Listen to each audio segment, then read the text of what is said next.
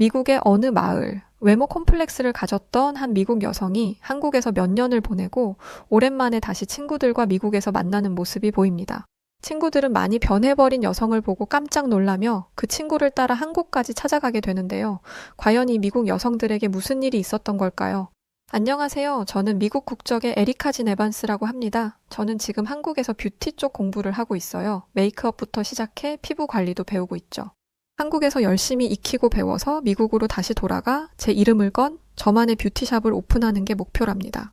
혹시 여러분들 외국에서 K-뷰티가 엄청난 인기를 끌고 있다는 걸 알고 계신가요? 적어도 제가 태어난 미국에서 한국 뷰티는 여성들에게 필수 아이콘으로 자리 잡혔을 만큼 영향력이 어마어마합니다. 한국 문화 콘텐츠가 미국에 퍼지면서 한국 K-팝 아이돌 그룹이나 한국 드라마에 나오는 여배우들의 외모와 화장법이 미국식 화장과 매우 대조적이면서 순수한 모습의 한국 여성분들이 호감을 자극했던 것으로 생각돼요. 진한 눈썹에 두껍고 새빨간 입술, 과할 정도로 눈 주위를 둘러싼 아이라인까지. 하지만 한국은 그렇지 않더라고요. 화장을 한 듯 안 한 듯한 자연스럽고 과하지 않은 연한 화장법에 한국인 여성들 특유의 외모가 합쳐지며 아름다움을 자아냈어요. 그래서 미국식 화장을 했을 때와 한국식 화장을 했을 때를 비교하며 한국식 화장을 극찬하는 SNS 게시물도 엄청난 인기를 끈 것 보면 이런 인기를 알 수 있습니다. 어렸을 적부터 저는 유독 화장품에 관심이 많았어요. 엄마의 화장대를 뒤지는 일이 저의 가장 재미있는 놀이였고 엄마 화장품은 장난감이었죠. 다른 아이들은 엄마의 화장품을 어지럽히고 망가뜨리면 엄마에게 크게 혼났을 텐데 엄마는 그런 저를 혼내키지 않으시고 오히려 항상 저에게 화장품을 하나하나 설명해 주셨습니다. 에리카, 이건 볼터치라는 거야. 이렇게 볼에 바르면 얼굴에 생기가 돌아. 발라보니 어때? 참 예쁘지? 그런 엄마의 호의적인 모습 때문이었을까요? 저는 태어나 자라면서 자연스럽게 뷰티 분야 전문가를 꿈꾸게 되었답니다. 처음에는 영상이나 책으로 혼자 공부했어요. 하지만 그걸로는 안 되겠다는 생각을 갖게 되었고 어느 순간부터는 정말 전문적으로 공부해보고 싶다는 욕심이 생겼습니다. 그러나 넉넉하지 않았던 가정 형편 때문에 뷰티 전문 아카데미 학원 같은 곳을 갈 엄두는 내지 못했어요. 그래서 늘 유튜브로 혼자 독학하며 배웠습니다. 그렇다 보니 자연스럽게 한국을 접하게 되었고 유튜브로 배우면 배울수록 한국이라는 나라로 유학을 가고 싶다는 열망이 생겨나며 마음속에 피어오르기 시작하더군요. 아까도 말씀드렸듯 한국의 K-뷰티는 이미 전 세계적으로 유행처럼 번지던 상황이었고 뷰티 쪽으로는 감히 어느 나라도 범접하기 어려운 수준에 올라와 있었으니까요. 그리고 개인적으로도 한국의 메이크업 방식이 참 마음에 들었어요. 절대 인위적이지 않게 자신이 가지고 있는 본연의 아름다움을 부각시켜주니까요. 겉만 꾸미는 것이 아닌 먼저 근본 바탕이 아름다운 것을 추구하는 것이 무척 제 마음에 와닿았습니다. 하지만 경제적 여건이 넉넉치 않았기 때문에 쉽지 않았어요. 미국에서 학교를 다니며 열심히 아르바이트해서 돈을 모았습니다. 그렇게 저는 한국 유학길에 오를 수 있었고 역시나 그 이후 저의 삶은 180도 완전히 달라졌죠. 처음 한국에 가서 메이크업 공부를 시작했어요. 그러면서 얼굴 피부의 전체에 관심을 갖게 되면서 저의 뷰티 기술도 차츰 늘어갔습니다. 그런데 한국에서 한국인들을 보면 볼수록 대체로 굉장히 맑고 환한 피부를 가지고 있었는데 어떻게 그렇게 환한 피부를 가질 수 있게 된 건지 그 비법이 궁금했습니다. 한국 분들은 잘 모르실 수 있겠지만 사실 저 같은 외국인들의 눈으로 보는 한국인들의 피부는 유독 맑다는 느낌을 받게 하거든요. 은은한 광채도 돌고요. 제가 한국에서 가장 많이 수시로 놀랐던 게 나이예요.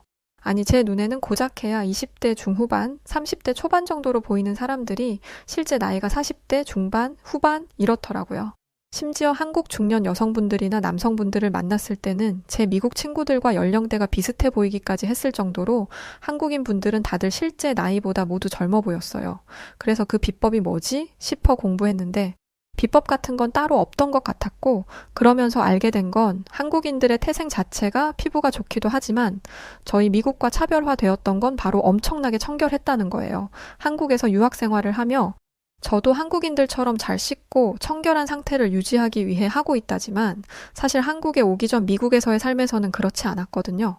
저희 미국을 포함한 유럽 국가 사람들은 몸에서 냄새가 나면 먼저 깨끗하게 씻을 생각을 해야 하는데 그런 생각 일체를 안 합니다. 강한 향수나 데오드란트로 몸에서 나는 냄새를 덮어버리는 그런 방식을 선택하는 게 일반적이었어요. 그래서 데오드란트는 거의 모든 가정집의 필수처럼 자리 잡아 있어요. 수건을 매일 새 것으로 바꿔 쓰고 양치질은 아침, 점심, 저녁으로 하루 3번씩 한다. 그리고 머리를 매일 감고 얼굴을 닦는 수건과 발을 닦는 수건은 분리해서 쓴다. 사실 한국인들이 들으면 너무 당연한 이 위생관념은 안타깝게도 미국에서는 상식이 아닙니다. 수건 한 장을 며칠씩 쓰는 건 기본이고 그 수건으로 얼굴도 닦고 발도 닦고 몸도 닦고 하죠. 양치질도 하루에 1번 정도 하지 하루에 3번씩 이렇게는 못해요. 머리를 매일 감는 일은 절대 상상도 할 수 없는 일이죠. 시간이 지난 지금 저는 한국인들의 생활 습관을 몸에 익혔어요. 가끔 미국에 있는 친구들이 피부에 대한 고민으로 묻거나 하면 친구의 생활 습관부터 이야기합니다. 에리카, 한국 생활은 어떠니? 근데 나 요즘 피부가 많이 안 좋아진 것 같아. 한국에 뭐 좋은 제품 없니? 그러면 저는 이렇게 말하죠. 야채 많이 먹기, 샤워 자주 하기, 양치 3번 하기, 머리 매일 감기 등등 말이죠. 그러면 대번에 친구들은 제품을 알려달라고 했더니 뭔 쓸데없는 소리를 하냐며 오히려 반대로 저에게 뭐라고 한답니다. 이러니 근본적으로 미국을 포함한 유럽 국가의 사람들이 한국의 청결함을 따라갈 수 없는 이유예요.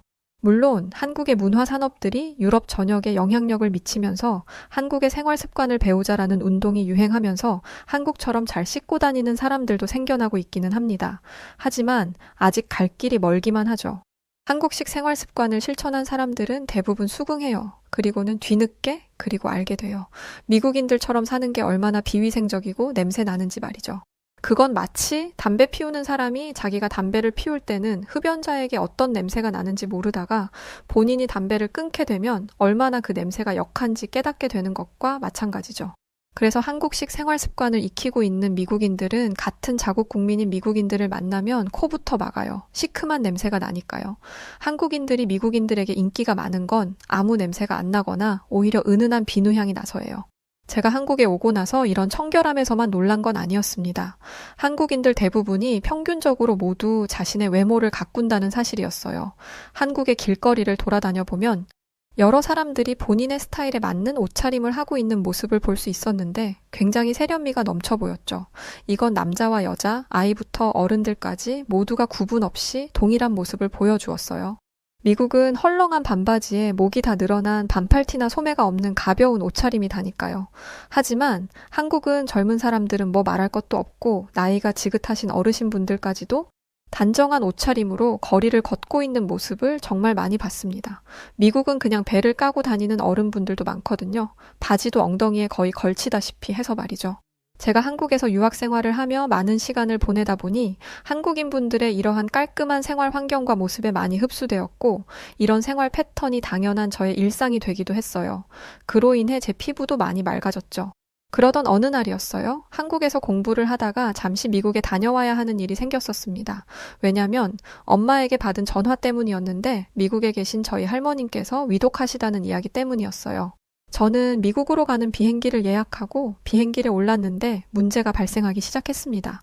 할머니가 위독해서 급히 가는 길이었는데 제가 병이 생길 지경이었죠. 공항에서부터 미국으로 가는 미국인들 때문이었는데요. 제 주위를 둘러싼 수많은 미국인들의 채취가 저를 너무 힘들게 했고 괴롭혔거든요. 묘하게 거슬리는 꿉꿉한 머리 냄새와 그걸 덮겠다고 데오드란트를 뿌린 터에 그 냄새 때문에 머리가 아플 지경이었습니다. 한국에서 조금 지냈다고 반 한국인이 저도 모르는 사이에 돼버린 거였죠. 미국에 도착해서도 이런 불쾌한 기분을 지울 수가 없었어요. 어딜 가나 미국인 특유의 냄새가 저를 힘들게 했으니까요. 실제로 미국에서 지냈을 보다 지금 제가 더 환해진 게 사실이었죠. 피부도 정말 좋아졌고요. 할머니는 연세 때문에 위독해지신 것 같았어요. 저는 할머니를 뵙고 꼭 안아드렸습니다. 그러자 할머님도 그런 저를 꼭 안아주시면서 우리 손녀를 꼭 안으니 너무 좋은 향이 나는구나 라면서 웃어주셨어요. 다음날 저는 정말 오랜만에 미국에 있는 친구들을 만나는 자리를 가졌습니다. 그런데 그 자리에서 가장 큰 주목을 받았던 사람은 바로 저였죠. 사실 저는 미국에서 학창시절을 보낼 당시에 정말 인기 하나 없는 여학생이었어요. 미용에 관심을 가진 것도 외모 콤플렉스로 가득했던 저의 이런 모습을 감추고 싶어서 였기도 했었으니까요. 이런 못난 외모 아무리 꾸며봤자 오히려 주변 친구들이 저를 비웃을 것 같아서 숨어 다니기 바빴었습니다. 미국에서 지낼 당시에 한 번은 댄스 파티가 있어서 큰 용기를 내서 화장도 하고 한껏 꾸미고 나서 파티에 참석했던 적이 있었어요. 하지만 외모가 기본적으로 좋았던 인기 많은 친구들에게 놀림감이 되어 큰 상처를 받은 적도 있었죠. 그 이후 저는 더 움츠러들었고 저의 존재는 그냥 인기 많고 예쁜 친구들 곁에서 그저 그 애들을 더 빛나게 해주는 그런 존재처럼 있을 뿐이었어요. 그러나 지금 몇 년 만에 한국에서 지냈던 제가 다시 만난 그 친구들과의 상황은 완전히 뒤바뀌어 있었습니다. 친구들은 하나같이 다들 저를 보고 깜짝 놀라 했어요. 심지어는 저를 못 알아보는 친구도 몇 명 있을 정도였죠. 성형수술을 해서 외모를 고친 것도 아닌데 그 정도로 저는 친구들의 눈에는 놀랄 만큼 많이 변해 있었습니다. 아니, 너 정말 우리가 알던 에리카가 맞아? 너 대체 한국에서 무슨 일이 있었던 거야? 어떻게 이렇게 많이 변했어?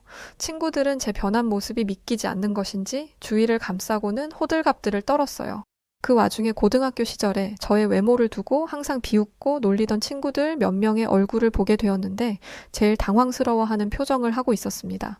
본인들이 놀리던 못생긴 제가 자기들이 보기에도 크게 달라져서 이렇게 많은 동창들에게 관심받으며 주목을 끌고 있으니 질투가 나서 견딜 수 없다는 표정처럼 보였습니다.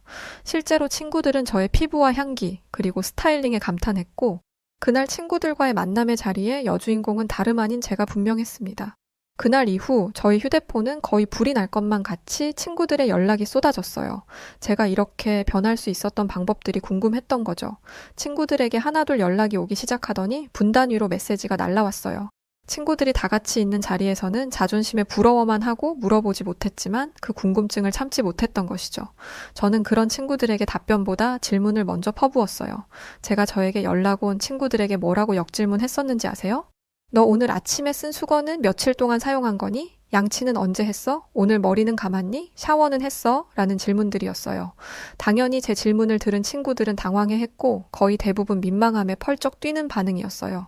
본인이 굉장히 지저분하고 비위생적인 생활 습관을 가지고 살아왔다는 것을 인정하기가 쉽지 않았을 테니 당황했겠죠. 일부 친구들은 조금 예뻐졌다고 잘난 척하지 말라며 화를 냈던 친구들도 있었고 창피함에 대꾸도 못하고 답변도 못 달았던 친구들도 있었죠. 이런 와중에도 저의 이야기에 긍정적으로 수긍하고 인정하는 친구들에게는 제가 한국에서 지내며 배울 수 있었던 생활 습관들을 알려줬습니다.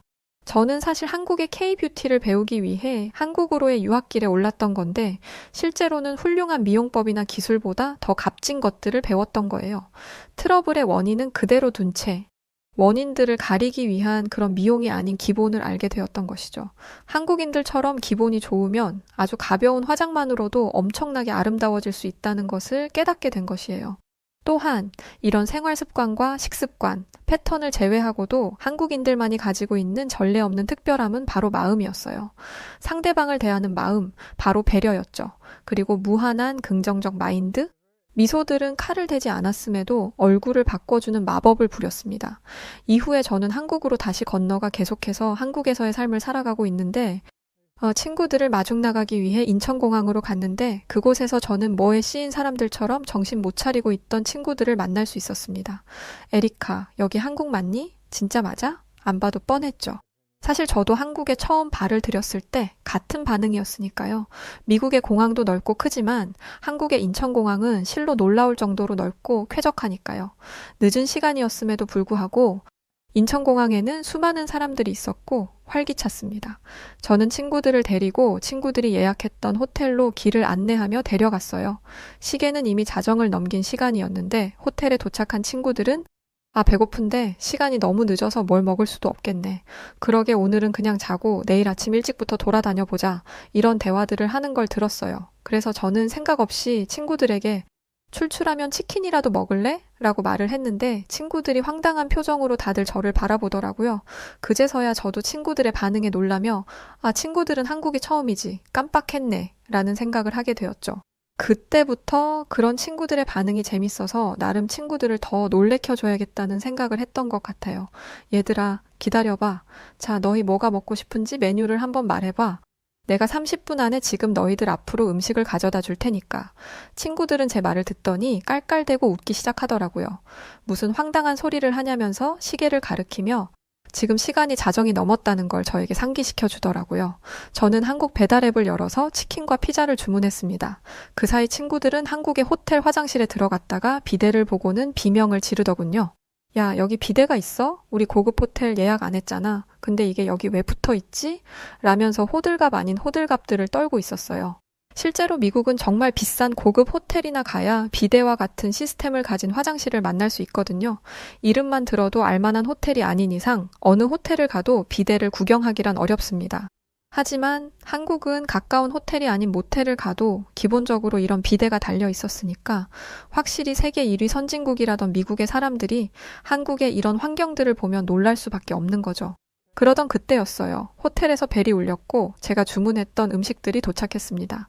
친구들은 또 한 번 기겁하더군요. 진짜로 치킨과 피자가 친구들 눈앞에 딱 하고 도착하니까 놀란 듯 보였어요.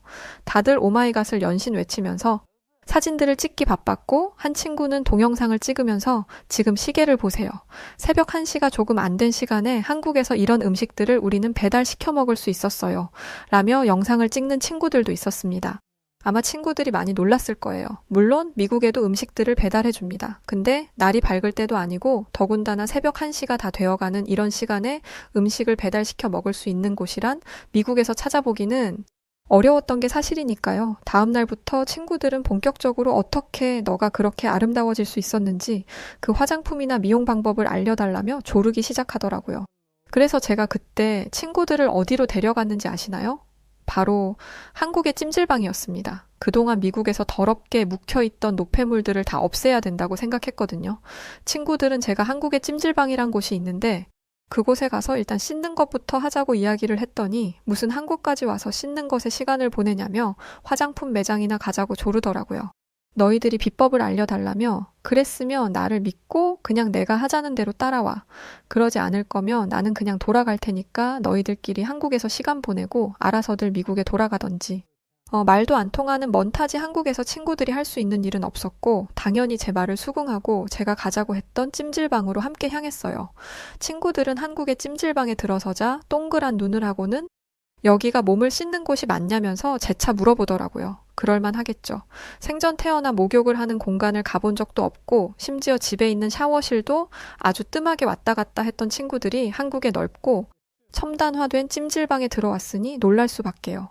처음에는 저는 친구들을 불가마라는 곳으로 데리고 들어갔는데 친구들이 너무 뜨거워서 숨을 쉴 수가 없다면서 들어가서 몇 초 있지도 못하고 뛰쳐나가더라고요. 그러면서 이런 말들을 했어요. 이렇게 뜨거운데 저 한국인들은 아무렇지 않은가? 그냥 누워서 쉬고 있잖아. 저는 그래서 땀을 흘려야 한다고 말해줬어요. 그래야 몸속에 있는 나쁜 노폐물들이 땀과 함께 배출될 거라면서요.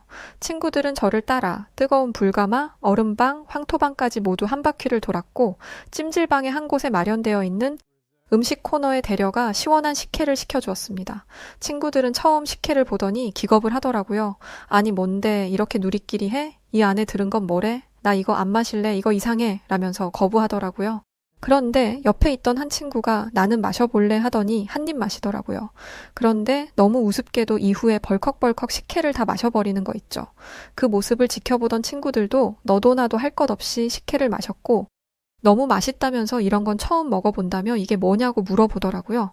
그래서 쌀로 만든 한국의 전통 음료라고 이야기했더니 이걸 미국에 가져가서 팔자는 이야기까지 했었어요. 저는 이후에 친구들에게 이제 마음의 준비들을 하라고 단단히 말했습니다. 지금부터 내가 이렇게 환한 피부를 가진 사람으로 변할 수 있었던 비법 중에 하나가 지금 공개될 거라고 하면서 말이죠. 그랬더니 친구들은 다들 아기새가 어미새의 먹이를 받아먹기 위해 목을 쭉 빼듯 저의 말에 고개를 연신 끄덕이며 알겠다고 하더군요. 저는 곧장 때밀이 존으로 데려갔어요. 옷을 모두 벗어야 한다고 했더니 다들 머뭇거리더라고요. 사실 미국에서는 이렇게 타인들과 옷을 헐벗은 채로 마주하는 일이 거의 드물거든요. 하지만 처음에는 그렇게들 부끄러워하더니 서로의 등을 밀어주면서 웃음바다가 되었었습니다. 아마 찜질방에서 한 6시간을 그렇게 보내고 나왔던 것 같아요. 땀을 쭉 빼고 시원한 식혜도 마시고 때도 밀고 가벼운 마음으로 밖으로 나오자 친구들은 와 너무 개운해. 나 태어나서 이런 기분이 처음이야. 뭔가 되게 가벼워진 느낌이 들어. 라며 연신 한국의 찜질방에 감동했었습니다. 친구들의 반응을 보니까 뭔가 뿌듯하더라고요. 괜히 제가 한국인도 아닌데 한국을 데리고 다니면서 친구들이 놀라고 신기해하는 모습을 보니까 기분이 좋다는 생각이 들었거든요. 몸도 가벼워졌겠다? 배를 채우기 위해서 저는 친구들을 데리고 쌈밥집을 데려갔어요. 사실 제가 가장 좋아하는 메뉴이기도 했거든요. 하지만 친구들의 반응은 저와는 좀 달랐죠. 아무래도 한국 하면 떠오르는 게 한국 바비큐였다 보니까 고기를 먹을 줄 알았나 보더라고요. 저는 친구들에게 고기는 나중에 먹고 일단 깨끗한 몸을 가지고 좋은 식재료로 만든 음식을 섭취하는 걸로 속까지 비워내자고 말했습니다. 미국은 거의 모든 음식이 기름 덩어리들이거든요.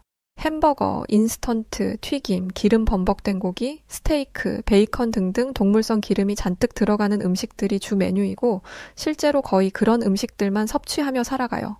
그래서 몸이 크고 배가 잔뜩 나온 사람들이 미국에는 굉장히 많습니다.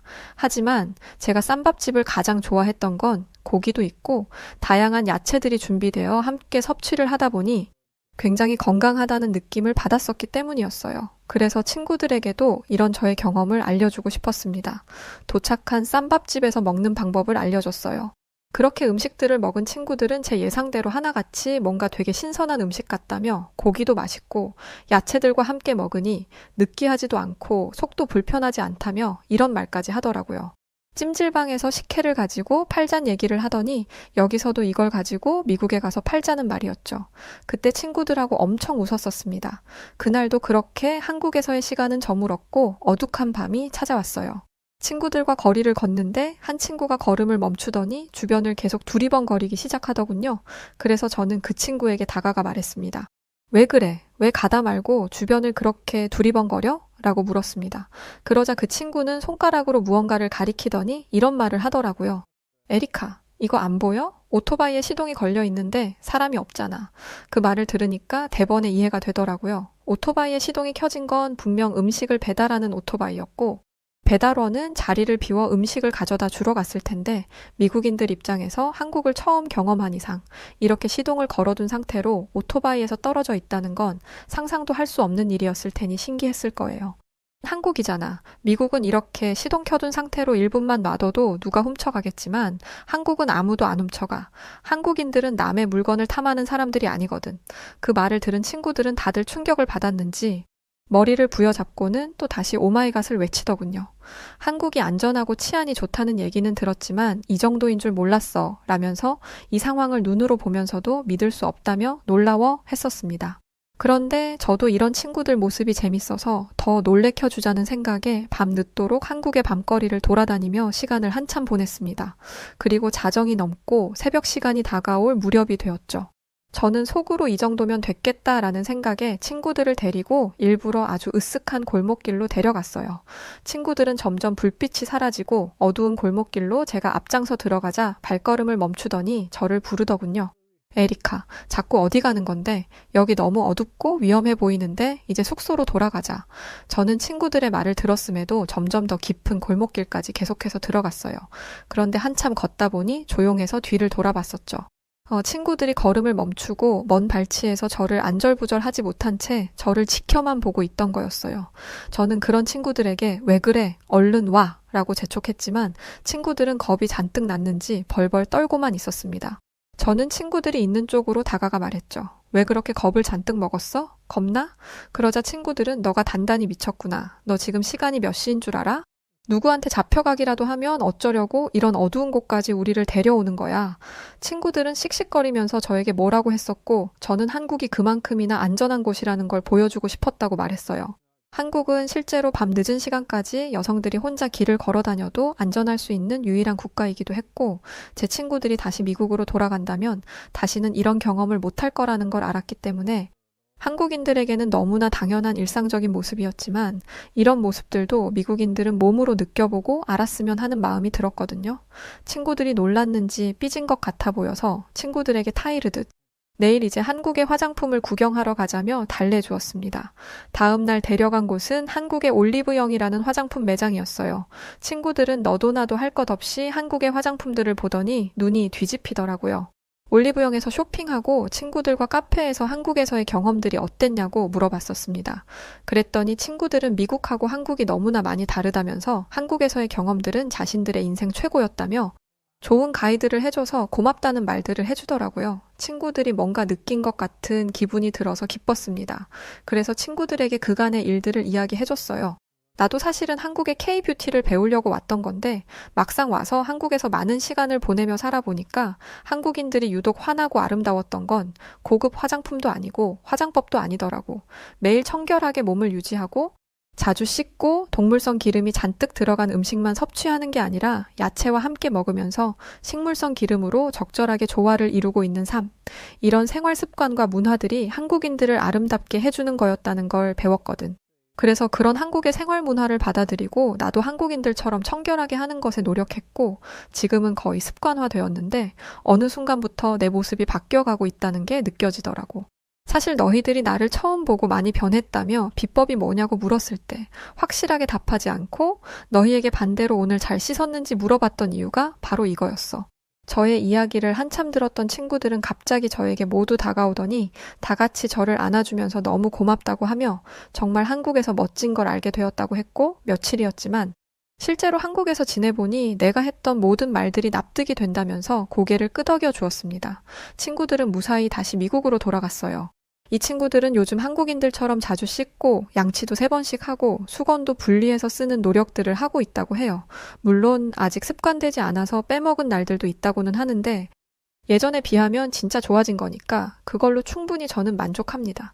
한국에 지내면서 공부하고 이런 한국의 문화들을 제가 받아들일 수 있도록 하게 된 거는 제 인생에 정말 중요한 전환점이 되었다고 봐요.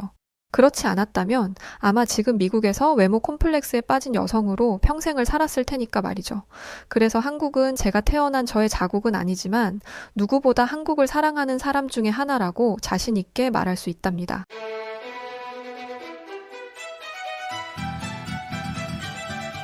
안녕하세요, 송은지입니다. 여우튜브는 명품 브랜드인 에르메스와 좋은 기회를 가질 수 있게 되었는데요. 사실 저희는 참전 용사분들을 돕는 기업에 동참하고 있습니다. 그런데 자체적으로 에르메스 광고 협업을 통해 좋은 활동을 구상해 볼 수 있게 되었어요. 광고로 얻은 수익금은 모두 차곡차곡 모아서 매년 한 번 어려운 독거노인 분들에게 후원하려고 합니다. 또한 기부되는 이름은 저희 여우튜브 멤버십에 등록해 주신 명단으로 기부될 예정에 있습니다. 이 제품은 1979년 아침 이슬로 촉촉하게 젖은 덤불 냄새에서 영감을 얻어 탄생한 프랑스와즈 카롱의 첫 번째 코롱, 오도렌지 베르테로 싱그러움이 한껏 강조된 독특한 스타일을 선보이며 에르메스의 상징적인 향으로 자리 잡은 제품인데요. 많은 중년의 여성분들과 남성분들께서 사용하시는 제품으로 인기가 많습니다. 오도렌지 베르테 샴푸 40mg, 오도렌지 베르테 헤어 컨디셔너 40mg, 오도렌지 베르테 퍼퓸솜 25g, 오도렌지 베르테 바디 샤워 젤 40mg, 오도렌지 베르테 바디로션 40mg까지 이 5가지 명품 에르메스 제품들이 모두 들어간 헤어 바디 세트를 구독자 여러분들을 위해 저렴한 가격으로 드리고 있습니다. 상품의 구매 링크는 댓글창 고정 댓글로 남겨드리니 참고해주세요. 감사합니다. 네, 오늘 사연 여기까지입니다. 같은 여자로서 이게 어떤 기분인 건지 대충 알 것 같아요. 저도 자주는 아니지만 해외를 나가보면 진짜 놀랄 때가 많았거든요.